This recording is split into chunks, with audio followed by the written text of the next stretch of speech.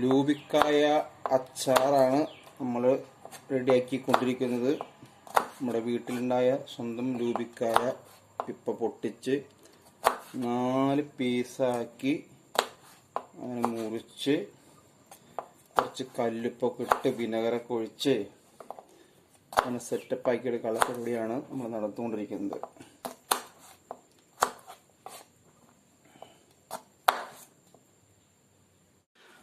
അപ്പോൾ നമ്മൾ ഇന്നലെ അരിഞ്ഞു വെച്ച ലൂബിക്കായത് ഇവിടെ ഉപ്പൊക്കെ ഇട്ട് എന്താ പറയുക, വിനെഗറും ഒക്കെ ഒഴിച്ച് സെറ്റാക്കി വെച്ചിട്ടുണ്ട്.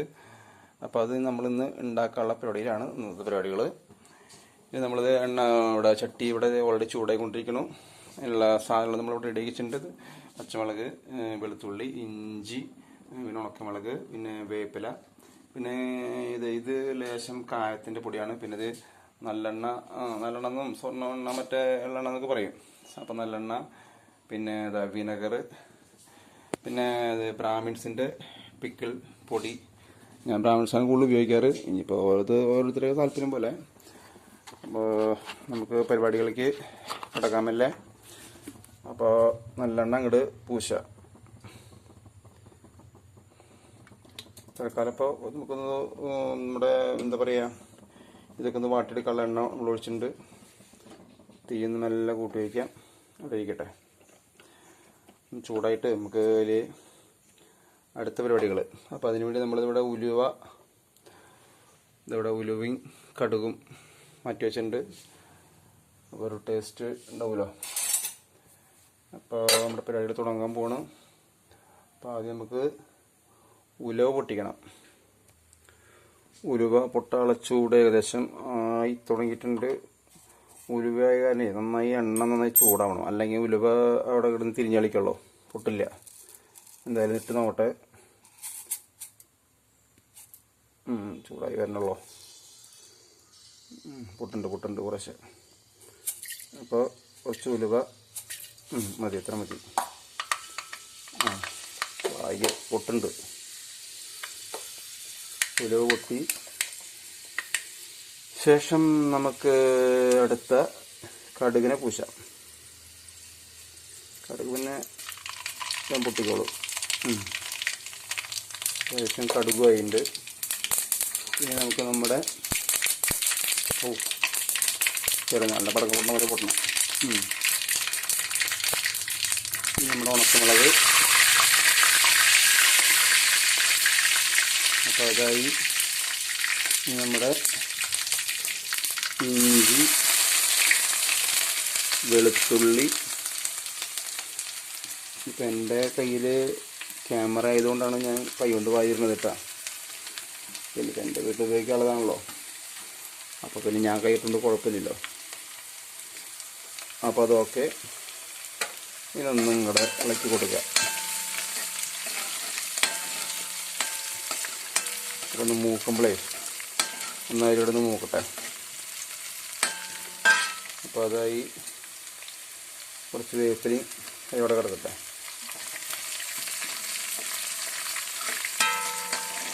എണ്ണ കുറച്ച് കൂടിയോണ്ട് കുഴപ്പമില്ല, കാരണം എണ്ണ അതിൻ്റെ മുകളിൽ നിൽക്കണം നല്ലതാണ്. കാരണം അത് പിന്നീടത് പൂക്കുക അങ്ങനെയുള്ള പ്രശ്നങ്ങളൊന്നും വരില്ല.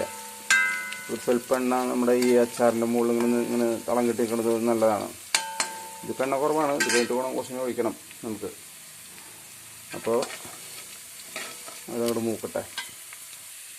അപ്പോൾ അത് ഏതാണ്ട് മൂത്തുണ്ട്. കഴിഞ്ഞാൽ പച്ചമുളക് കൂടി നമുക്കിതിൽ ഇട്ട് കൊടുക്കാം കേട്ടോ. ബാക്കിയുള്ള കുറച്ച് വേപ്പിലുണ്ടായിരുന്നു, അതുകൂടി ഞാൻ അതിൽ ആഡ് ചെയ്തിട്ടുണ്ട്. പച്ചമുളക് നമുക്ക് മറ്റേ കാന്താരി മുളക് ഉണ്ടെങ്കിൽ അങ്ങനെ നല്ലതായിരുന്നു. എൻ്റെ അവിടെ ഉണ്ടായിരുന്നു, ഞാനത് വേറെ നെല്ലിക്കയിലേക്ക് ഇട്ടു, കാരണം പിന്നെ ഇല്ല. അപ്പോൾ നമ്മുടെ സാധാരണ കരിമുളക് ഞാൻ ഇപ്പോൾ മേടിച്ചിട്ടിട്ടുള്ളതിൽ. അപ്പോൾ അതുകൂടി നമ്മൾ ഇതിട്ടിട്ടൊന്ന് നന്നായി മൂപ്പിച്ച് ഒന്ന് വരട്ടിയെടുക്കണം. അത് എണ്ണ കിടന്നിട്ടേ വെളിച്ചെണ്ണ നമ്മൾ ഉപയോഗിക്കേണ്ട രീതിക്ക് കേട്ടോ. നമ്മൾ ഇത് ഈ കടുകെണ്ണ മാത്രം, കടുകെണ്ണ ഇല്ല, നല്ലെണ്ണ മാത്രം നമ്മൾ ഉപയോഗിക്കേണ്ട രീതിക്ക്. നമ്മളുടെ നല്ലെണ്ണ. അപ്പോൾ നമ്മുടെ എന്താ പറയുക, മസാലകൾ 2 ലെവലായിട്ടുണ്ട്. ഒന്ന് നന്നായി മൂത്ത് ഫ്രൈ പോലെ ആയിട്ടുണ്ട്. ഇനി നമുക്കിതിലേക്ക് നമ്മുടെ ഒരു ലേശം മഞ്ഞൾപ്പൊടി 1/2 സ്പൂണ് കേട്ടോ. ഇത്രയും 1/2 സ്പൂണ് ഇട്ട് കൊടുക്കുക. ഒന്ന് മിക്സ് ചെയ്യുക. അതിനുശേഷം നമുക്ക് എൻ്റെ ഇപ്പോൾ മറ്റേ കാശ്മീരി പൗഡറാണ് എൻ്റെ ഉള്ളത്. അപ്പോൾ അതാണ് ഞാൻ ഇട്ടുകൊണ്ടിരിക്കുന്നത്. മറ്റേ മുളക് കഴിഞ്ഞിരിക്കുകയാണ്, അത് പൊടിക്കാനായിട്ട് വെയിലത്ത് വെച്ചിട്ടുള്ളൂ. അപ്പോൾ കാശ്മീരി മുളകാണ് ഞാൻ ഇട്ട് കൊടുക്കുന്നത്. അതിൽ അധികം എരിവില്ല. അപ്പോൾ ഞാൻ 2-3 സ്പൂൺ ഇട്ട് കൊടുക്കുന്നുണ്ട്. ഒരു 3 സ്പൂൺ ഇട്ട് കൊടുത്തിട്ട് തീയൊന്ന് കുറച്ച് വയ്ക്കുക. എന്നിട്ട്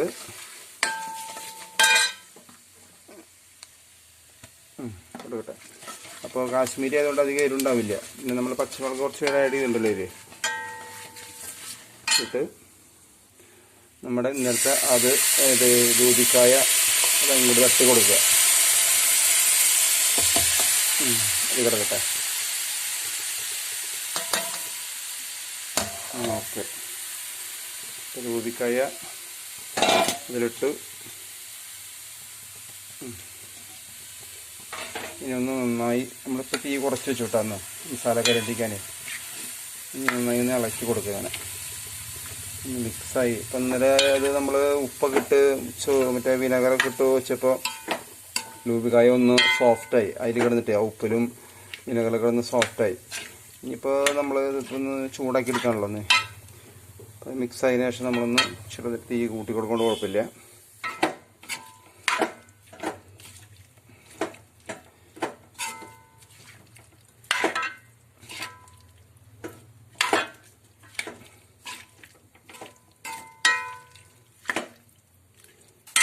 നമുക്ക് ഇതിൽ അച്ചാർ പൊടി ചേർക്കാം കേട്ടോ. അച്ചാർ പൊടി അപ്പം നമ്മൾ അച്ചാർ പൊടി ചേർക്കണം. ബ്രാഹ്മിൺസിൻ്റെ അച്ചാർ പൊടി ഇരിക്കട്ടെ. ഞാൻ കൂടുതലും നേരത്തെ പറഞ്ഞല്ലോ ബ്രാഹ്മിൺസിൻ്റെയാണ് ഞാൻ ഉപയോഗിക്കാറ് കൂടുതൽ. അപ്പോൾ ബ്രാഹ്മിൺസിൻ്റെ അച്ചാർ പൊടിയും ചേർത്തു. അപ്പോൾ ആ മസാല കൂടിക്കുന്ന ഈ രൂപിക്കായ ഇതിങ്ങനെ പറ്റി പിടിച്ചിരിക്കണം ഒരു തിക്ക് രൂപത്തിൽ.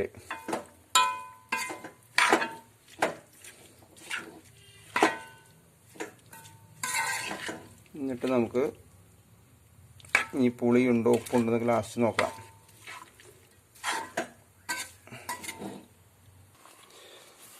നമ്മൾ അച്ചാർ ഏതാണ്ട് ലെവലായിട്ടുണ്ട്. അപ്പോൾ ആ ബ്രാഹ്മിൺസിൻ്റെ പൊടി അത് നമ്മൾ അതിലേക്ക് മുഴുവൻ ആഡ് ചെയ്യുന്നു കേട്ടോ. നല്ലൊരു തിക്ക് വരുള്ളൂ,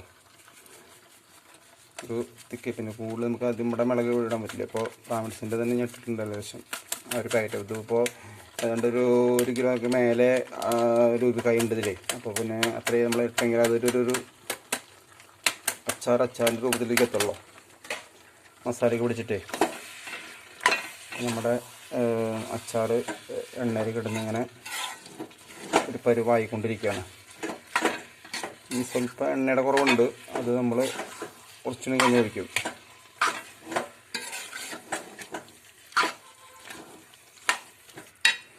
കണ്ടില്ലേ,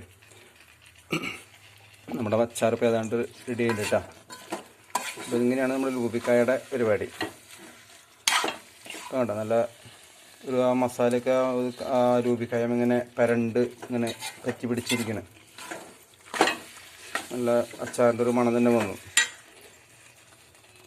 ഏകദേശം ഇതിൽ പുളിയും ഉപ്പൊക്കെ ഉണ്ട്. കാരണം നമ്മൾ ഇന്നലെ തന്നെ പുരട്ടി വെച്ചിട്ടുള്ള കാരണേ അത് സെറ്റായിട്ടുണ്ട് ഓൾറെഡി. നമ്മുടെ എന്താ പറയുക, കായപ്പൊടി നമ്മൾ ഇട്ടിട്ടില്ല. അപ്പോൾ അത് ഒന്ന് ഇതിലേക്ക് ആഡ് ചെയ്യുന്നുണ്ട് കേട്ടോ. നമ്മുടെ കായപ്പൊടി സ്വല്പം പൊടി കാരണേ കട്ട പിടിച്ചത്, എന്നാലും കുഴപ്പമില്ല. അതിൽ കിടന്ന് ഇത് ആയിക്കോളും, മിക്സ് ആയിക്കോളും അതിൽ. അപ്പോൾ കായത്തിൻ്റെ ഒരു ചെറിയ ടേസ്റ്റ് ഉണ്ടെങ്കിൽ ഒരു നല്ലതാണ്. അപ്പോൾ ഞാൻ കുറച്ചുകൂടി എണ്ണ ഇതിൽ ചേർത്തിട്ടുണ്ട്. അപ്പോൾ കണ്ടപ്പോൾ ഒരു എണ്ണയും ഒരു കുഴമ്പ് പോലെ ആയിട്ടുണ്ടാ. തൊട്ട് നോക്കാനൊക്കെ ആണെങ്കിലും ചെറിയൊരു ചാറ് ഉണ്ടാവണം, നല്ലതാണ്. ഓക്കെ, അപ്പോൾ ഇതാണ് നമ്മുടെ അച്ചാർ റെഡി. ഇനി ചൂടാറുമ്പോൾ നമുക്ക് നമ്മുടെ കുപ്പികളിലാക്കിയിട്ട് ആവശ്യത്തിന് മാത്രം നമ്മൾ വീണ്ടും പുറത്തേക്ക് എന്താ പറയുക, നമ്മുടെ ആവശ്യത്തിന് മാത്രം എടുക്കുക. ബാക്കി ഉണ്ടെങ്കിൽ ഫ്രിഡ്ജിൽ വയ്ക്കുക. ആവശ്യത്തിന് നമുക്ക് പുറത്തേക്ക് എടുത്താൽ മതി. അപ്പോൾ നമുക്ക് കേടാവില്ല. ഫ്രിഡ്ജിൽ നമുക്ക് ആവശ്യത്തിന് എടുത്ത് ഉപയോഗിച്ചാൽ മതി. ഓക്കെ, അപ്പോൾ വീഡിയോ ഇഷ്ടപ്പെട്ട എല്ലാവരും ലൈക്ക് ചെയ്യുക, കമൻറ്റ് ചെയ്യുക, പിന്നെ സബ്സ്ക്രൈബ് ചെയ്യുക. നിങ്ങളുടെ അഭിപ്രായങ്ങളൊക്കെ ഒന്ന് പറയാം കേട്ടോ. ഓക്കെ, അപ്പോൾ വീണ്ടും കാണാം. ഞാൻ Antony Parappur. Okay, bye. Thank U.